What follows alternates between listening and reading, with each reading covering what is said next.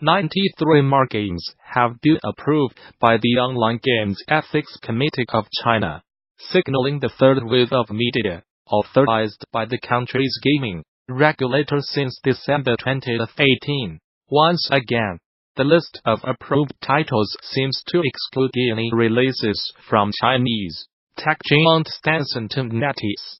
This comes a few weeks after Chinese regulators began reviewing games submitted under license consideration in China, moving forward to the licensing freeze that had halted game approvals for the majority of 2018.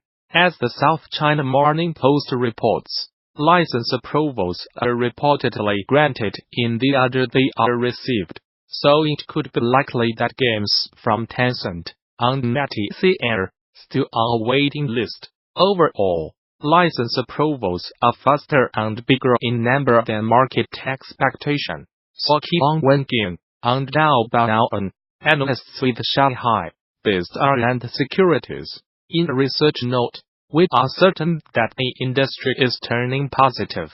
The analysts also said that the latest round of license approvals include titles submitted for reviews in April last year. As of right now, there's no telling if games from either Tencent or NetEase will be included in the next round of approvals. But there is no doubt that the freeze has continued to negatively impact both companies. Lots of game makers are working with the Magic Leap 1, the developer edition of Magic Leap's remarkably headset, and at the 2019 Game Developers Conference in March you will get an inside look at how one of the most remarkable Magic Leap experiences was made. Creative powerhouse with workshop Desi Edu, Grod.Cinvada addresses PCI FICALLY for Magic Leap, and in his GD 2019 VLDC game, Avia Tracked Ocon, creating Drive. Grodbots Invaders, for Magic Leap 1, let game designer James Everett will walk you through the process. While game devs are more familiar than most with the challenges of building things for platforms that do not quite exist yet, Everett's talk is especially exciting because the Grodbots Invaders is one of the world's first long-form mixed reality action games, and it was created by a brand new team on an in-development platform, incubated within the walls of an Academy Award-winning physical props company. In this talk, Everett will discuss how the Wit Game Shop team, part of a collaboration between Magic Leap and the Wit Workshop, delivered on their mandate to build an attention-grabbing mile, providing feedback on the ever-evolving hardware and software that became the Magic Leap 1 Creator Edition. Further details on this talk and many more are available now on THEGDC 2019 session scheduler. There you can begin to lay out your GD 2019, which takes place March 18th through the 22 at the newly renovated Moscone Center in San Francisco.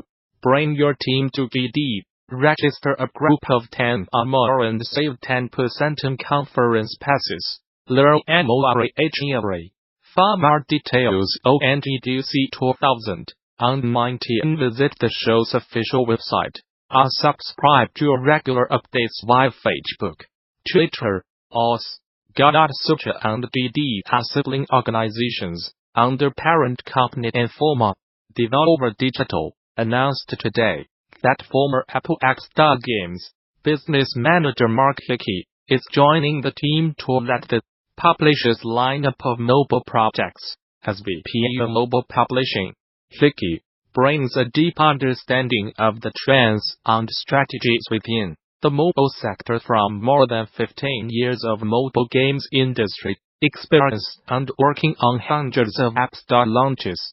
According to Devolver, it's an interesting move for Devolver, the company, whose games mainly come out on PC and console, has released games such as Original Sandwllo on mobile, but the boutique published has had less of a focus on the dominant business model on mobile platforms, free-to-play.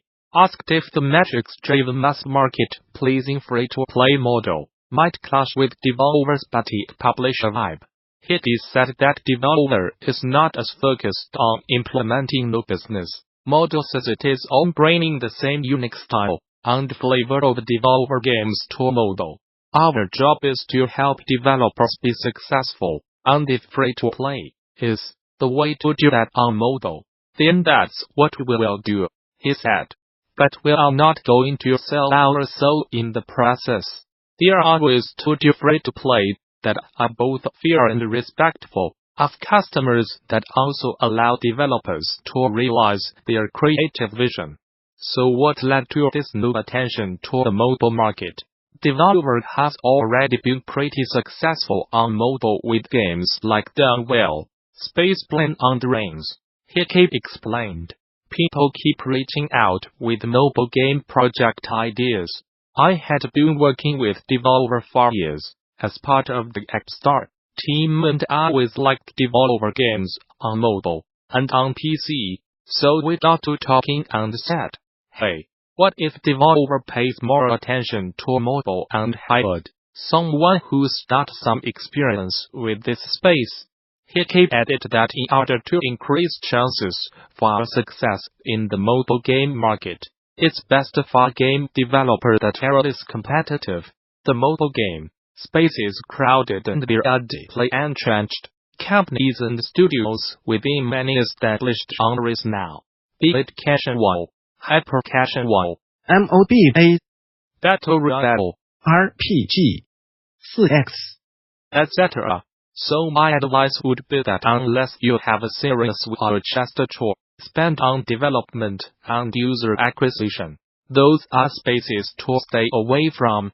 Instead, I think innovating on gameplay first and fostering a community around your project through the myriad social channels available out there are the ways to generate interest in your game and catch the attention of the platforms.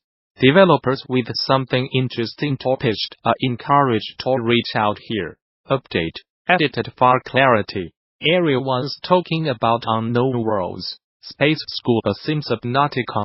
So make sure you do not overlook a special session at this year's Game Developers Conference that affords you a unique perspective on the game's design.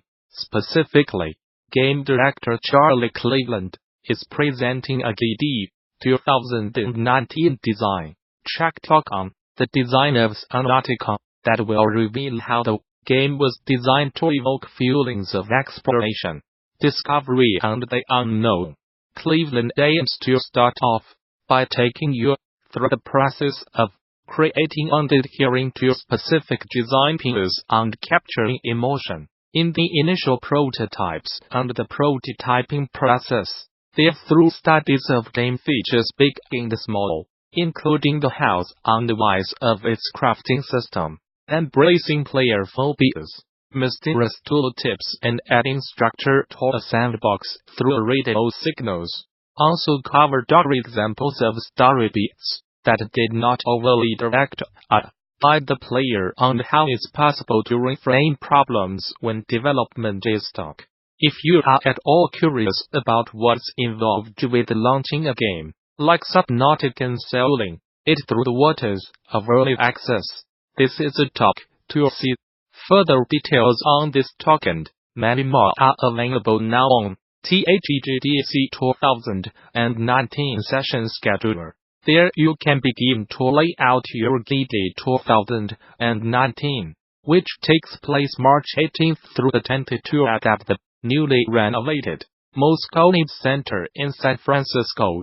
Bring your team to GD, register a group of 10 or more and save 10% on conference passes. Learn more.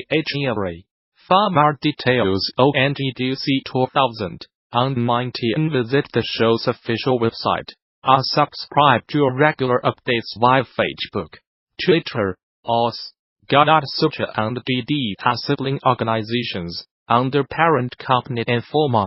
Spatelo's developer Improbable has confirmed that it will once again be able to fully support Unity in all its future development endeavors, finally putting fears to rest for any developers that may have been worried about the future of their Spatulos projects running on Unity's engine. It's the conclusion of a week-long public back and forth between the two companies, one that both began and ended with changes to Unity's terms of service. In a blog post, Improbable confirms that Unity is now freshly reworked tools, and the company's decision to reinstate Improbable's Unity licenses means that it can continue to support its Spatulos gig for Unity for the long term. In a statement sent to Gamasutra, Improbable also says that the company is glad Unity Technologies